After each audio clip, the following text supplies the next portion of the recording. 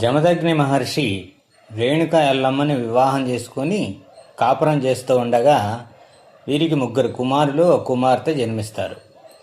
ఎల్లమ్మ నదికి వెళ్ళి కొండలో నీళ్లు నింపుతూ ఉంటే ఆ నీటిలో ఆమెకి గంధర్వుడి యొక్క నీడ కనిపిస్తుంది.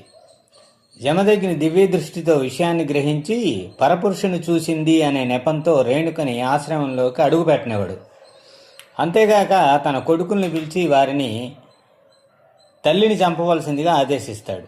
అందుకు ఇద్దరు కొడుకులు ఒప్పుకోకపోతే చిన్నవాడైనటువంటి పరశురాముడు తల్లిని చంపడానికి వెళతాడు.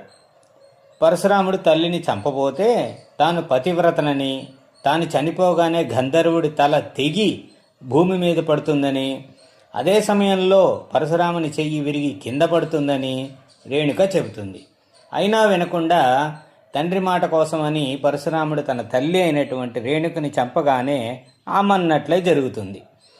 వెంటనే పరశురాముడు జమదగ్ని మహర్షి వద్దకు వచ్చి జరిగిన సంఘటన అంతా వివరిస్తాడు. జమదగ్ని రేణుక ఎల్లమ్మని పతివ్రతగా గుర్తించి ఆమెను బతికిస్తాడు.